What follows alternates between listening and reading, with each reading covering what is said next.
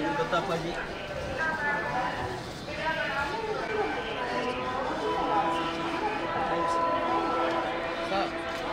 Sir officer Mohan राज sir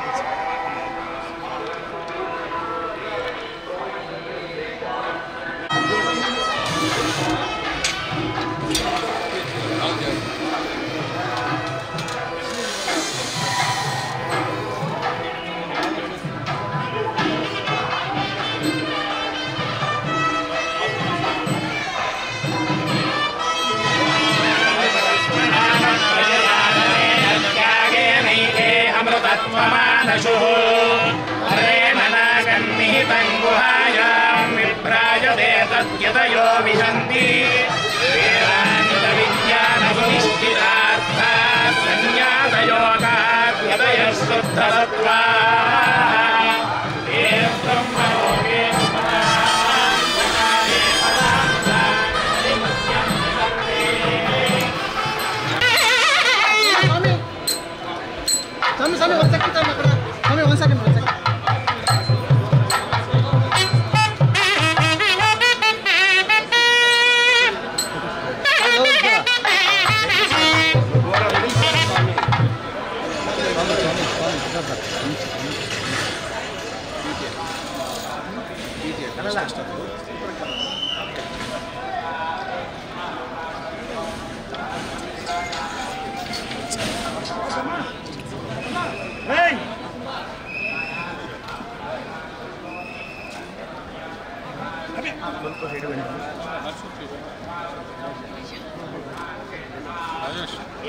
स्वामी okay स्वामी photo తీసుకో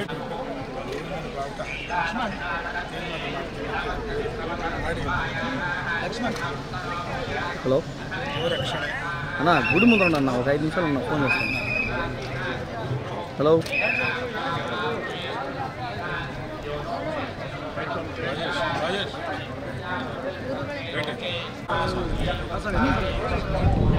sir मैं बाहर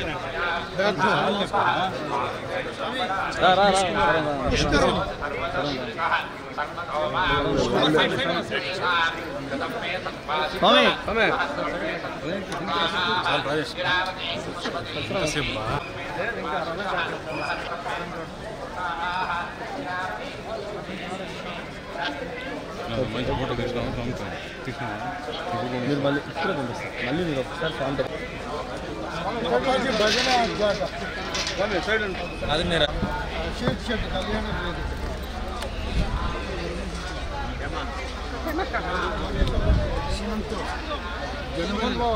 స్వామి యొక్క మంత్రంలోనే మనమంతా తెలుసుకోవచ్చు. కళ్యాణ అద్భుత గాత్రాయ కామితార్థ ప్రదాయ.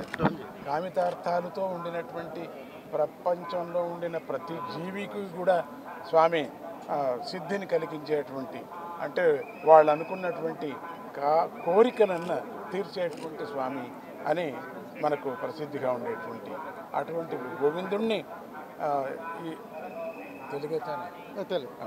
అటువంటి గోవిందుణ్ణి మనం దర్శనానికి ప్రతి సంవత్సరం రావటం ఒకటి పద్ధతిగా పెట్టుకున్నాం.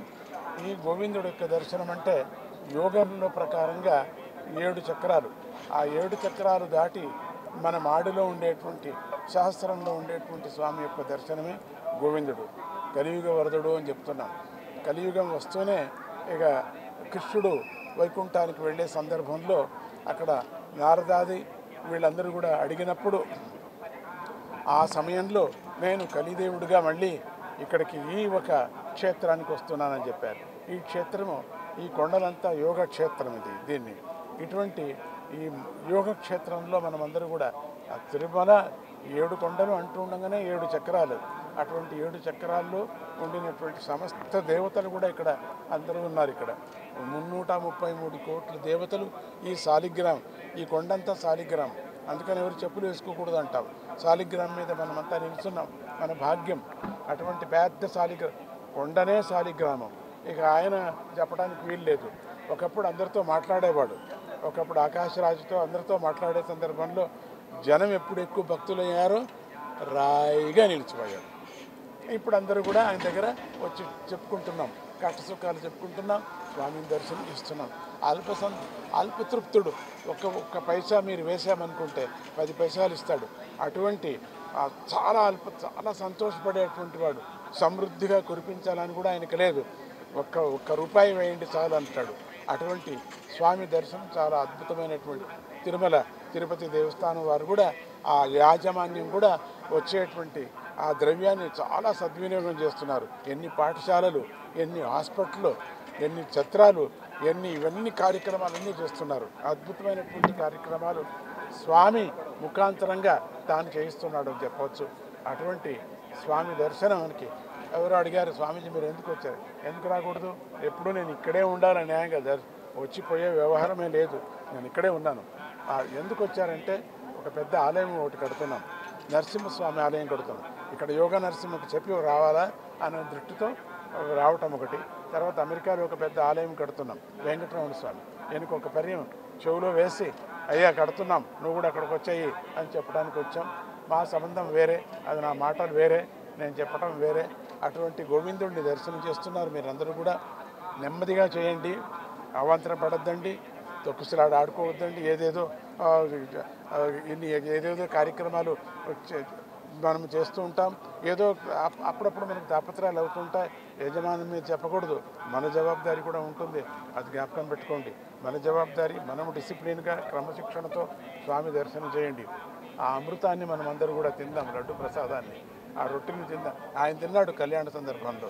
అటువంటి అద్భుతమైనటువంటి మూర్తి కలియుగంలో అసలు మనకే కాదు, మొత్తంలో ఉండిన ప్రపంచంలో ఉండిన ప్రతి మానవాళి కూడా దర్శనం చేయాలి. నేను అదే వేడుకున్నా, ఇంకోటి వేడుకున్నా. యుద్ధ భయం మనకందరికీ వస్తుంది, చాలా బాధపడుతున్నాం. ఎవరో యుద్ధం చేస్తే మనకు తాపత్రయం అవుతూ ఉంటుంది. ఆయిల్కి కానీ లేక డబ్బులకు కానీ చాలా తాపత్రయపడుతుంటాం. అది కాకోకుండా ఉండని వాళ్ళందరూ శాంతి ఎందుకు కొట్టుకోవాలి? మనము పరమాత్ముడు ఇచ్చినటువంటి భూమి అందరికీ కావాలి కదా.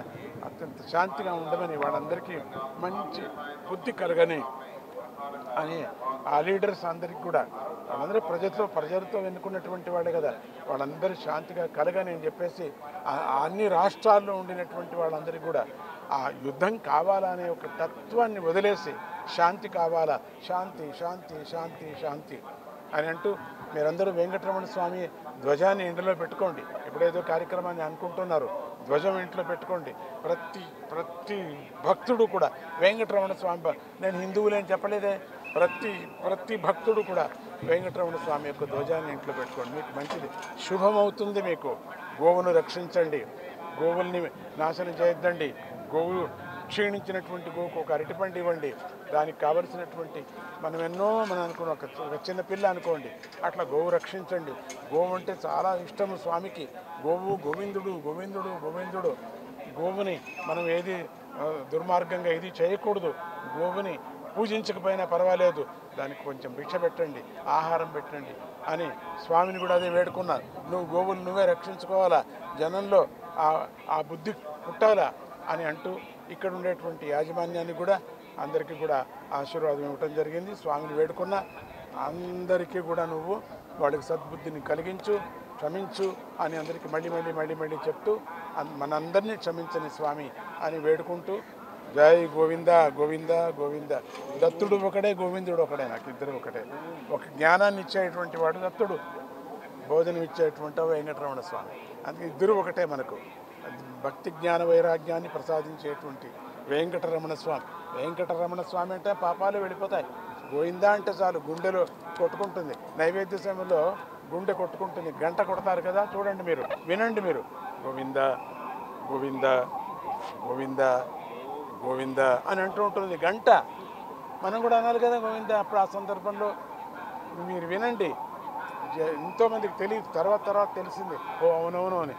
కాన్సన్ట్రేషన్ చేస్తే గోవింద అని ఇక్కడ ప్రతి చెట్టు, ప్రతి గేటు గోవిందుడే కనపడుతున్నాడు. మీరందరూ గోవిందుడిలాగా కనపడుతున్నారు. హరి ఓం కృష్ణ హరి కృష్ణ కృష్ణ జయ గోవింద.